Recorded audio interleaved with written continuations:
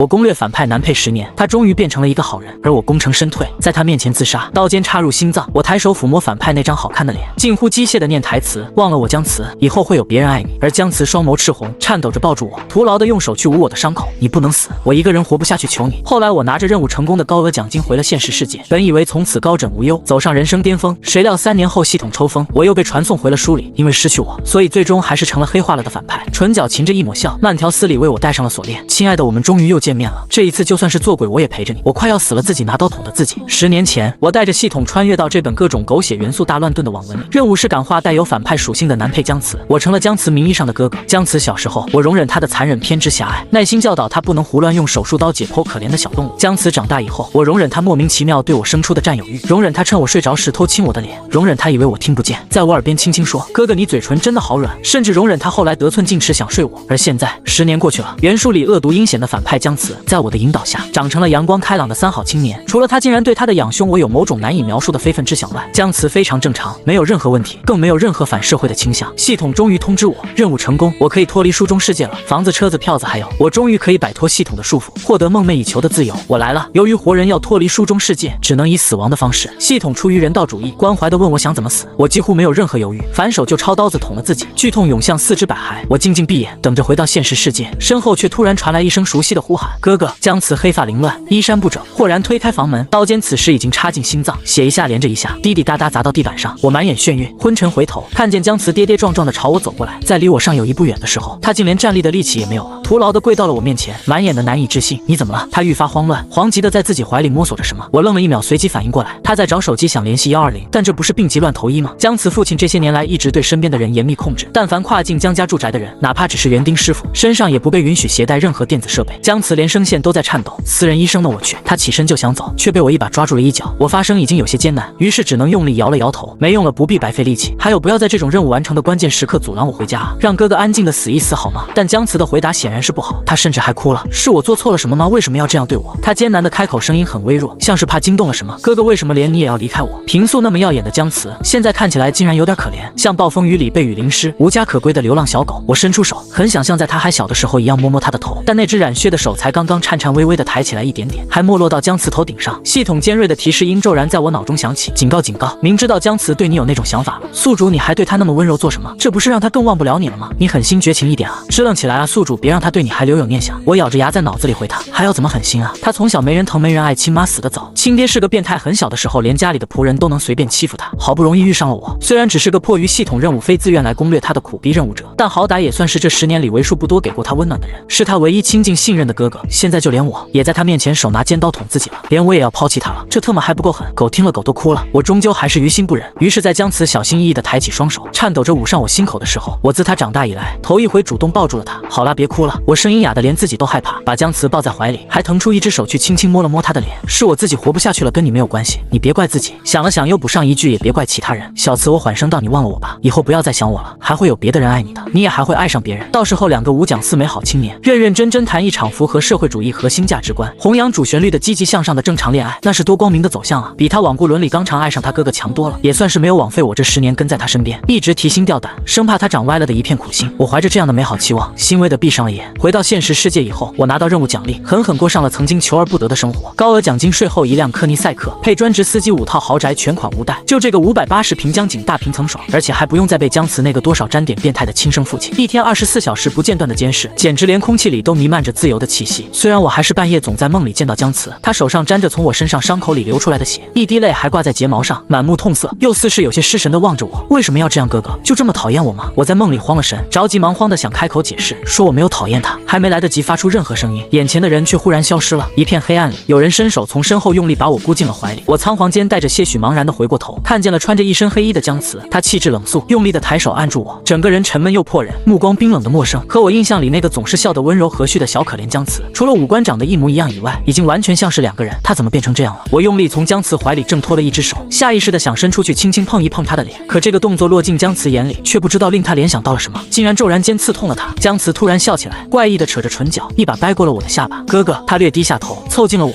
温热的气息若有似无地从我耳廓扫过。这么久没见了，想过我吗？想过吗？我思索了一下，想点头，但姜慈又没有给我回应他的机会。他轻笑出声，先我一步，自己替我给出了答案。你没有，你真的好狠心啊，哥哥。他越说声音越小，到最后低得像是是抑郁，真想亲手把你心脏挖出来看看，看那东西到底是不是石头做的，怎么能对我这么绝情啊？明明是在放狠话，却因为语调放得太过轻缓，而生出了一丝令人无法忽视的委屈。凭什么要扔下我？他抱着我忽然发狠，一口咬在我肩头。我恨你江月。他诞生重复，手却在发着抖。我恨你。我在梦里就像被扼住了声带一样，一句话也说不出来。我真的很想跟姜慈说，你别怪我，不是我绝情，是银行卡里可以随意自由支配的9位数余额，它真的很诱人啊！我穿进书里，苦心经营10年，不就是为了有这一天吗？可我说不了话，只能徒劳的被禁锢在姜慈怀里，看他的意识颓丧，对着我又啃又咬的发了半宿疯。第二天醒来的时候，浑身酸痛，做个梦比打仗都累，好像昨夜真的和人纠缠了很长时间一样。我反手摸到床头柜子上，摁掉了闹钟，心里寻思，要不下午还是去医院心理科挂个号吧。老这么晚上梦到姜慈，我感觉自己的精神健康状态岌岌可危，迟早要面临失常。刚准备起身下床时，脑子里却突然白光一闪，双腿一沉，接着便是铺天盖地的黑暗骤然间淹没了视线。在有意识时，我人已经不在自己的卧室里了，脑海中响起久违的系统那本该冰冷却又因为聒噪而显得十分烦人的机械音：宿主，你醒醒啊！宿主，我需要你，你醒醒啊！醒一醒！我刚完成任务才1年，好日子没过上2天呢，他就又出现了，我简直恨不得把系统从我脑子里揪出来摔碎了打包扔进垃圾桶。醒了，别耗了，你烦不烦？我缓缓睁开眼，稍微打量了一下四周的环境，这竟然似乎是在一个宴会上，四周人影幢幢，衣香鬓影，这是在哪儿？我一头雾水，你把我搞到什么地方来了？这里是姜慈的。系统咳嗽了2声，冷硬的机械音里竟然透出几分尴尬，是他的订婚宴哦。我随口应了一声，从一旁侍者的托盘上拿了杯红酒，下一秒那杯酒差点被我失手摔到了地上。你说什么姜慈？我稍显艰难的把他和那2个字联系到一起，要订婚了。对啊，系统突然激动起来，他要订婚的问题就他妈的出在订婚上了。如果一切顺利的话，我离开之后，书里的剧情应该是这样发展的：姜慈失去哥哥，但他很快就走出了悲痛，遇上了阳光明媚的女主，并且在2家人的安排下和女主订婚。姜慈会爱上女主，女主会逃婚，然后爱上男主，姜慈爱而不得。但好在他已经在我的影响下成长成了一个积极向上的5好青年，所以即便女主不喜欢他，他也会笑着祝福女主和男主的爱情，最终整个故事愉快的 happy ending。可谁能想到呢？系统十分惆怅，剧情卡在了第1部。对于你死了这件事情，他根本就走不出来，不仅走不出来，他爹的还一副随时准备黑化的样子。这1年他像疯了一样，每天睁眼是你，闭眼还是你，有事没事就跑到你坟前去小声的自言自语，有时候说着说着就抱着你的墓碑睡着了。我以为再等等就好了，他总会忘记你的。结果今天是姜慈和女主订婚的日子，女主逃婚就算了，他自己另外有 CP， 可是姜慈也迟迟没有出现。你猜为什么？我张了张口，还没来得及猜就听系统道，他不知道发的什么神经跑你坟前去割手腕玩，幸好他父亲及时赶到，不然他跟你那座空坟死在一起了，可能都没人知道。我就搞不明白了，耳边的机械音暴跳如雷，订个婚是影响他为你守身如玉了吗？他这么激动，我那么大一个爱国敬业诚信友善的男配没有了，都是因为你走了。我清了清嗓子，所以你把我拉回了书里。姜慈这边出了问题，按照规定，作为任务者，宿主你得负责善后。很奇怪，依照我这副万事只求利己又怕麻烦的性格，这么突然的被拉回了书里，又被要求善后，我却根本没有一丝不耐烦或者不愿意的情绪，只是眼前放电影一样闪过姜慈低垂着眉眼跪坐在我墓碑前，固执而又偏执的不肯离去的样子，心尖上莫名的被什么东西拉起一丝尖锐的疼痛。我点了点头，什么也没说。过了一会儿，想问问系统姜慈现在在哪儿，人群却突然一阵骚动，无数人默契且八卦的几乎同时抬眼看向了同一个地方。我听见有人声音很小的低呼了一句：姜慈来了。很快有人附和他，哎，还真是，我还以为今天订婚的2位主角是一位也不会到场呢，毕竟现在年轻人不都向往自由恋爱吗？哈哈哈，不过到底还是来了一个。我握着酒杯的手紧了紧，没来由的有些紧张，顿了2秒才缓缓转过头，向着众人的目光看过去。可视线还没捕捉到姜慈所在的位置，我就突然感到眼前一暗，陌生的晕眩和黑暗一起涌了上来，像是快要晕倒的前奏。我身形不稳，不受控制的往前踉跄一步，抬手扶住了桌角，脑子里系统的机械音愉快里透着一丝幸灾乐祸。手里的那杯酒你刚才喝了对吗？忘记告诉你了，酒里有迷药，是本系统使用了特权特意为你安排的。我扶着桌子咬牙你大爷，系统四平八稳，我是为你好，久别重逢，破冰最好的方法是先制造一些肢体接触。我气得脑子更晕了，还扶在桌角上的手用力的连骨头都在响，张口又想骂人，膝盖却先一步软了下去。众目睽睽之下，眼看着就要很没形象的跪倒在地上，但那很丢人的一幕终归没有到来。有人抢先一步，在我栽倒之前，眼疾手快的一把把我搂进了怀里。我还没有完全失去意识，但眼前已经什么都看不到了。可那个怀抱冰冷又熟悉，我不用眼睛也能确定现在抱着我的人是谁。系统不愧是系统，连给我下的迷药也这么奇怪。我倒进姜慈怀里后，连一句完整的话都没能说出来，没过几秒钟就彻底陷入了几乎完全看不见也动不了的状态，但意识竟然还是清醒的。于是我清晰的感觉到姜慈把我打横抱起来，让我把头靠在了他的肩上，然后就转过了身，一言不发的迈步往外走去，仿佛他此刻突然出现，就是专程为了要带走我这么个人。四周开始不断传来尽管被刻意压低了但还是无法忽视的窃窃私语的声音。自己的订婚宴来迟了这么久，都不解释2句就这么走了吗？姜家到底还有没有规矩？没规矩的可不止姜家，他的那个订婚对象孟家的大小姐不也没来吗？就连这2家的长辈也没一个到场的。我看现在逃婚都快成豪门的时尚单品了。孟家大小姐孟枕月原书女主角，她当然是不会来的。按照剧情轨迹，她现在应该已经遇上了原书男主，2人正一拍即合，合计着怎么搞事业，顺便谈个不分手的恋爱呢，哪有空来敷衍这边的包办婚姻？我在姜慈怀里安静的听着旁边宾客的议论声，没想到下一秒他们却注意力一转，话题拐到了我身上。不是，等等，将少爷这怀里抱着的那个人是谁啊？不知道，不太看得清长相啊。贵圈也太乱了吧！江梦两家的订婚宴，女主角不出现，男主来了，然后抱着个男的走了。听到这句话的姜慈脚步略一停顿，腾出一只手把我的脑袋用力往下按了按，我的脸立刻严丝合缝地贴紧了他胸口。这下别人更看不清我长什么样了，但是他爹的我也快要喘不上气了。幸好尽管阔别已久，姜慈身上的气息并不令我感到陌生，萦绕在鼻端的柑橘调香水味反而催生出某种沉静又安心的情绪。行走间衣料摩擦，发出轻微的沙沙声。我鬼使神差的费劲抬了抬已经没什么力气的手，稍微提腕，抓住了姜慈的领口。他呼吸似乎在那一瞬间停滞了一下，下一秒略带迟疑的声音响起：“你是醒了吗？要是没事了就自己下来走行不行？”我没动静。他回以一声轻笑，我放手了。这小子故意试探我是不是真的晕了。我有事。系统刚现场给我下的迷药那劲儿还没过去呢，天知道我刚才光抬手那一下就费了我多大的力气。由于生怕姜慈真的一个不顺心就把我撂地上不管了，我没再敢乱动弹，专注的在他怀里装死。没过多久，竟然就真的睡了过去。意识彻底陷入黑暗之前，我有些跑偏的想，10几年前刚被我捡到的时候，那么弱小脆弱可怜的姜慈，这些年磕磕绊绊的，竟然也被我拉扯到这么大了，都能把我抱在怀里走路，连气儿都不带喘一下的了。我可真他妈牛逼啊！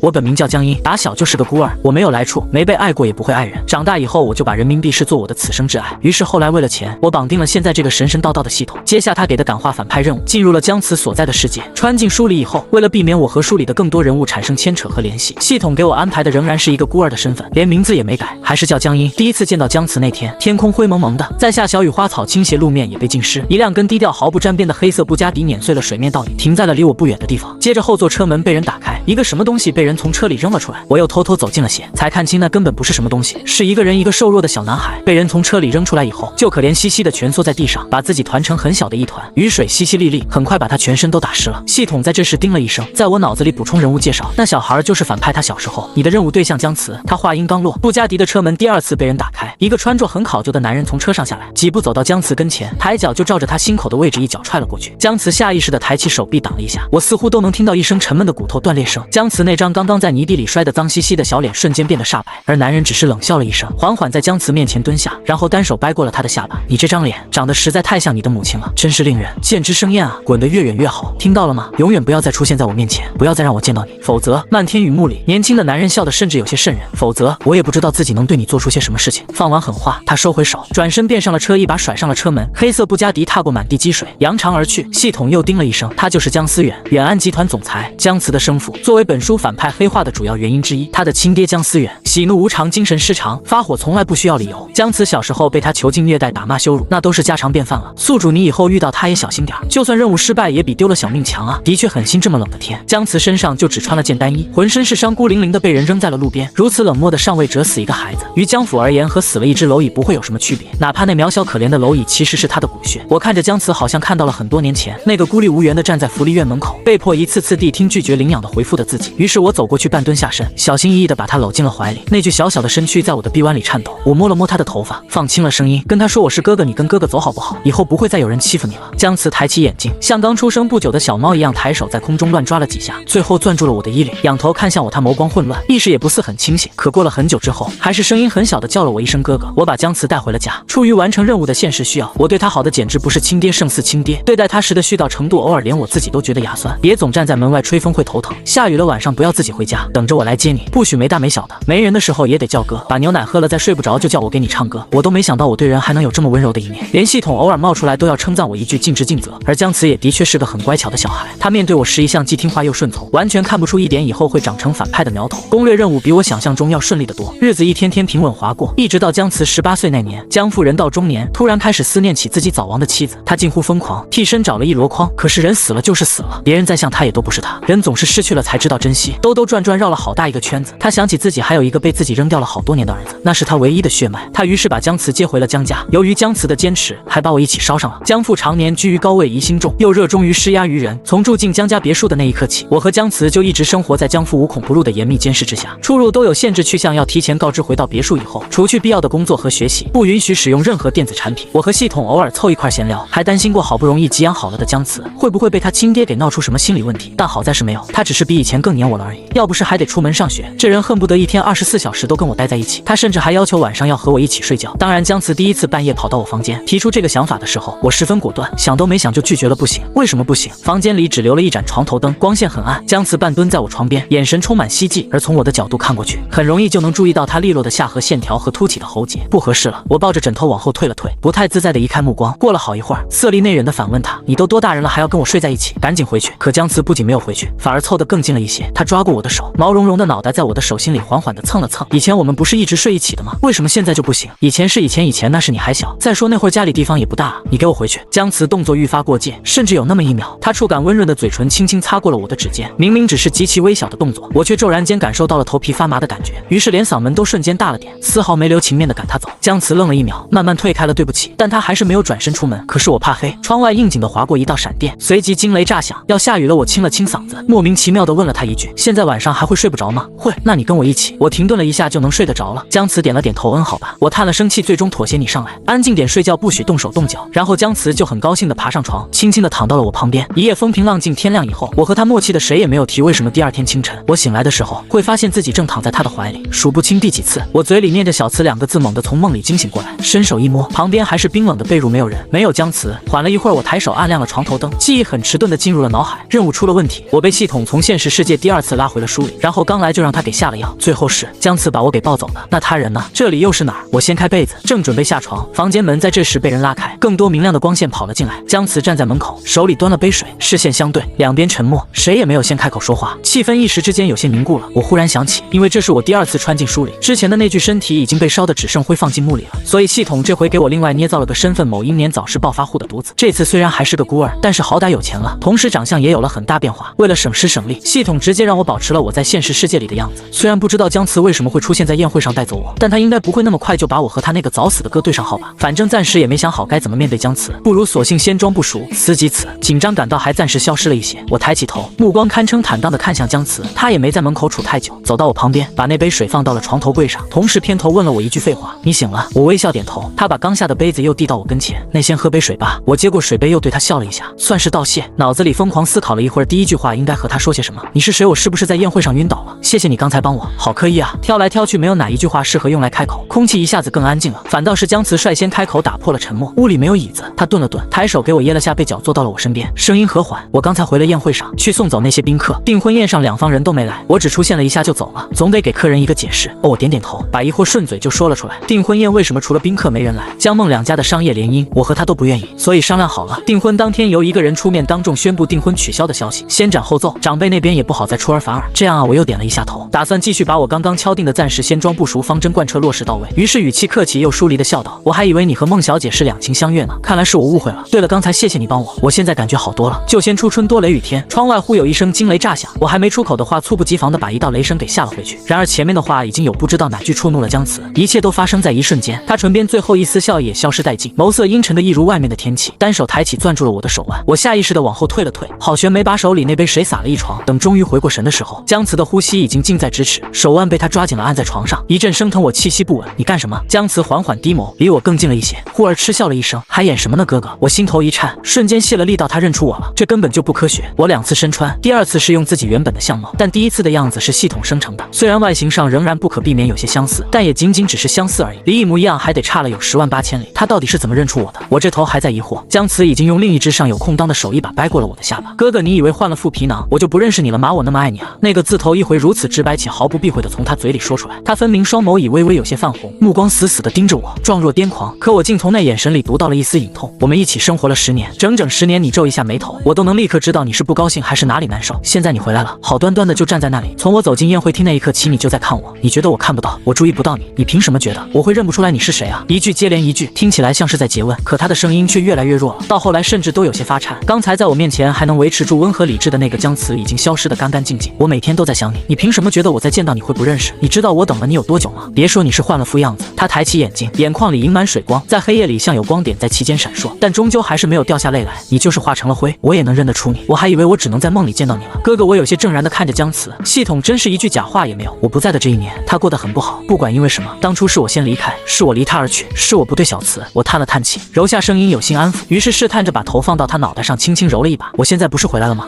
姜慈点头。那你别走了。他忽然松开我，站起了身，然后拿过我手里那杯水，把我的手重新塞回了被子里，走到了门口，也不过就1秒的时间，门被打开又关上，然后我听到了门被反锁的声音。封了反锁什么意思？他这是要把我给关起来？我愣住一瞬，随即掀开被子下床，结果发现自己双腿根本没有力气，一站到地上就扑通一声跪下了。可是姜慈给我那杯水我根本就没有喝，刚想张口骂爹，系统从我脑海里冒了出来：“对不起啊。”啊，宿主华贵道歉，给你下的迷药的药效比我想象中要强那么一点点，你放心，不会有特别大的副作用，就是可能你醒过来以后，浑身无力的症状还会持续大概1周。我脑子一阵抽疼，开口近乎咬牙切齿，你爹的这是什么系统啊？克我的吧！姜慈要囚禁我，然后你在这头给他的囚禁事业添砖加瓦是吗？回想之前在宴会上，系统一定也早就知道姜慈已经注意到并且认出我了，所以他果断立刻给我下了药，好方便姜慈把昏迷的我给带走。他觉得我的回归能阻止姜慈继续消沉，于是坑我坑得不遗余力。最初2天，姜慈很担心我的状态，连续2天找了好几个医生上门，但每个人检查过后都说我没什么问题，只是缺乏休息。姜慈还是不放心，很小声的在旁边问我到底是怎么了。我说是被他给气的。姜慈就更小声的跟我说一声对不起，叮嘱我好好吃饭，然后转身出门。晚上他仍然习惯性的每晚都来看一看我，这里就在姜家别墅里，是我以前住过的那一间房间。他说我之前不在的时候，他也每晚都会来对不起。夜晚安静又昏沉，姜慈眉眼被并不明亮的灯光渲染出几丝温柔的意味。他紧紧握着我的手，一遍遍地道歉，声音哽咽涩哑。我也不想这样对你，哥，但我怕你再消失，我不能再失去你一次了。他那副样子看起来真的很可怜。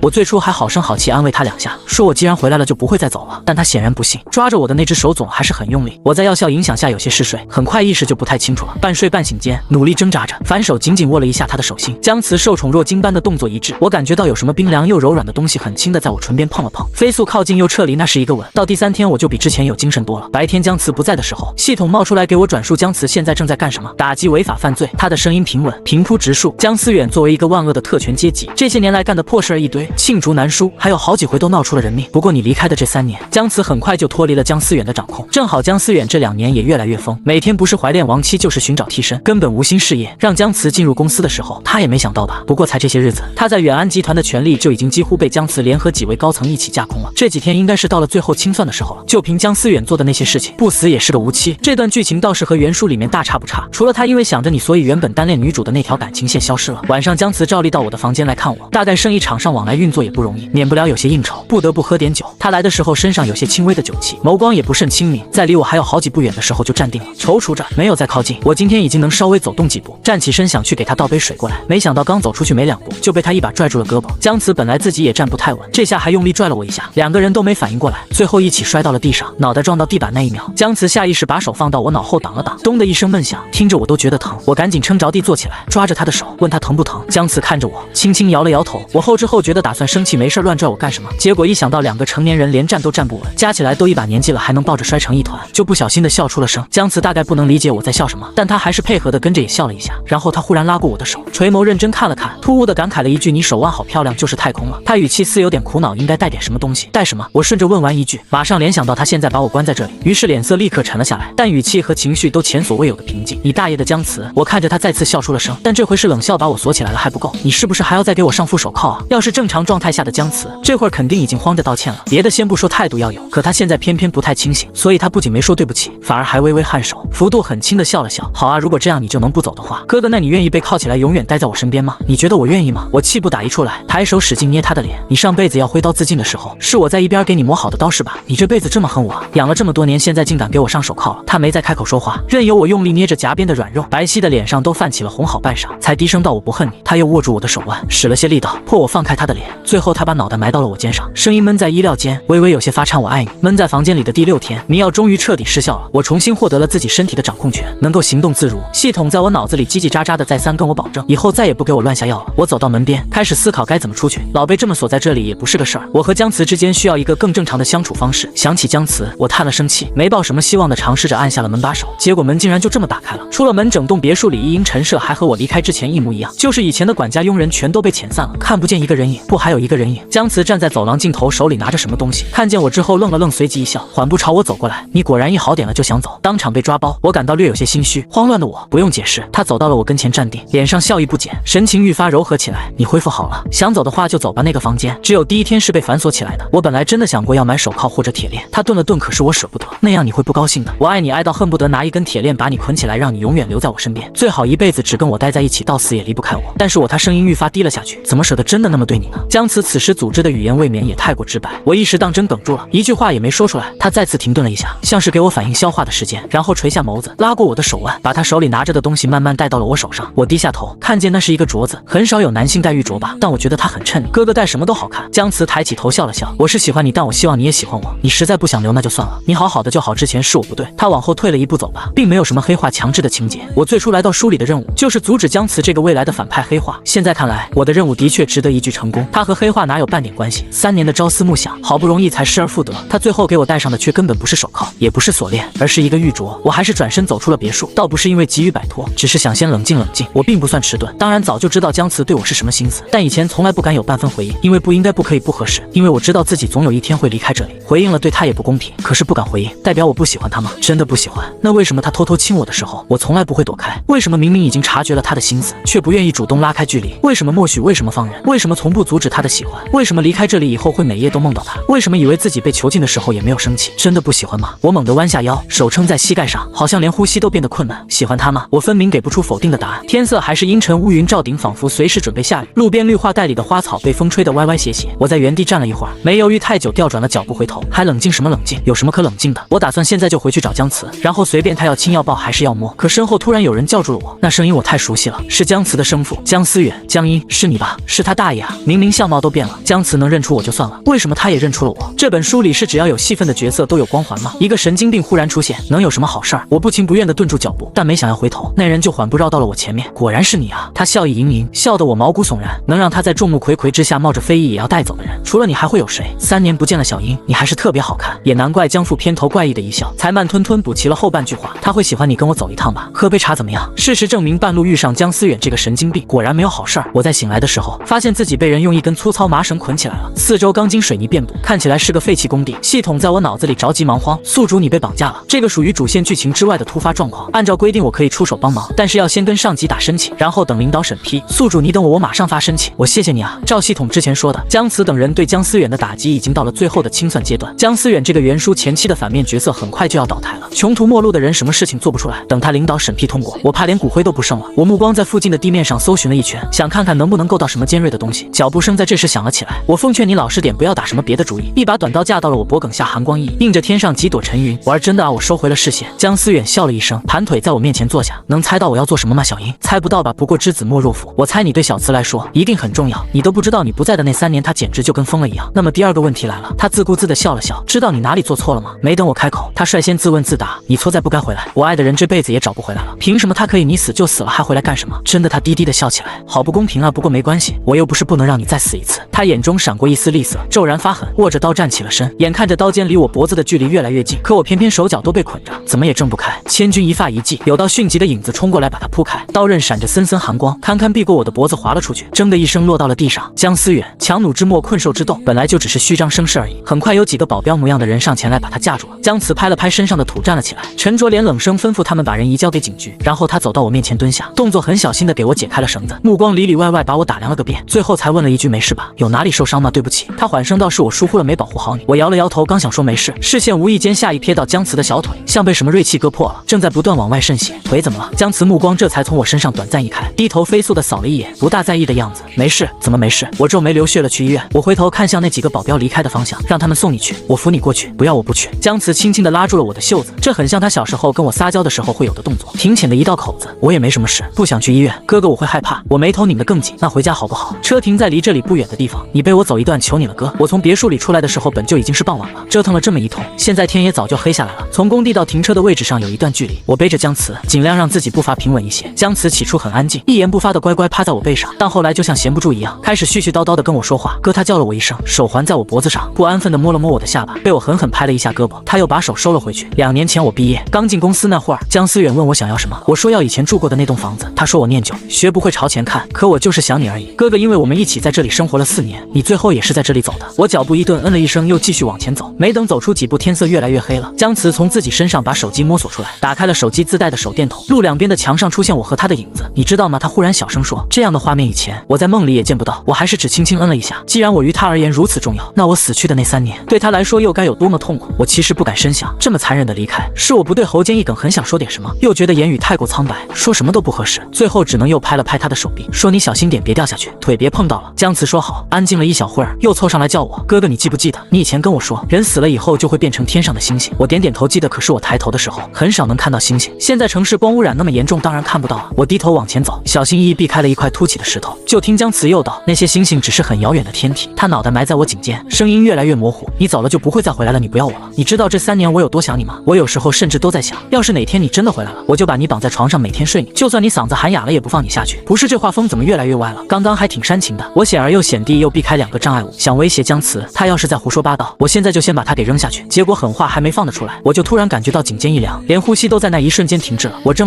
猛地反应过来，姜慈哭了。他很小的时候被姜思源打完一顿，又从车里扔到了大街上都没哭。上天，我再次开始自我检讨，我怎么能那么对他？这回真的愣了很久很久，我才缓缓叹了声气，手摸到他的大腿上，轻轻拍了2下，声音前所未有的温柔。别害怕了，我不会不要你的，哥哥会一直在的。可我不想你只是哥哥。姜慈也不知道哭没哭完，反正声音还有一些哽咽。尽管如此，也难掩偏执。我在你睡觉的时候偷偷亲过你，你知道吗？我想跟你在一起，我喜欢你，我不想你只是哥哥。你明明就知道我在想什么，你早就知道我是什么心思的，你一直都明白对吗？我对你和对普通的亲人根本就不一样，你其实也知道的。对不起，可话到了这里，姜慈忽然又开始道歉。他把手往下探，摸到了我手臂的位置，不轻不重地捏了一下。对不起哥哥，我以后不会再说这些了，这是最后一次，你当没听到好不好？人总是情绪一上头，就容易把什么话都说出来，何况这些话在我和姜慈之间也早就不是什么秘密了。他大概也没想着能立刻从我这里得到什么确切的回应，接受或是拒绝，天上还是看不到星星。一轮明月挂中，天风吹的树影在摇晃。临安市多梅雨天，但是那晚好不容易没有下雨。最后我背着姜慈回到了车上，挡板放下那一刻，我凑过去用唇边轻轻挨了挨姜慈的唇角，那触感太轻了，甚至算不得一个吻，但可以算作一个回应。姜慈猛地抬眼看向我，眼睛里头一回竟然写满了无措以及难以置信的惊喜。接着我听见自己说，我知道的，你不用道歉，哥哥也喜欢你。尾声，现在播报本市天气情况。今天是6月15号，临安市锦城区暴雨橙色预警，请广大市民出行带好雨具。我看了眼窗外阴沉的天色，拿起遥控器关了电视，系统在脑子里不确定的又问了一遍，你确定要留在这里吗？真的没有反悔机会哦。说实话，我的任务就到这里了，只要故事整体氛围正能量，积极向上。姜慈不抑郁不黑化，他别说喜欢同性了，就算喜欢小猫小狗小花小草也行啊。但你要想好啊，宿主和我结绑以后，你就永远也不能再回去了。尽管现在房间里没有其他人在，我还是不自然的把衣领往上拉了拉，企图遮掩住锁骨和脖子上那几道显眼的吻痕，然后拿起桌上的水喝了一口，才缓缓点头道我想好了，这段时间谢谢你。好吧，系统应了一声。没过多久，解绑成功的提示音响起，窗外狂风大作，酝酿了许久的一场大雨终于倾盆而下。手机屏幕上方弹出来2条信息，是姜慈发过来的，还有大概5分钟到家想你。我笑了笑熄屏，拿着水杯走回了房间。外面风雨大作，室内却安静温暖。我仍没有来处，但似乎已经找到了自己的归途。这场大雨以后，我的生命里无论风雨凄凄或是火伞高涨，都只与它有关。全文完。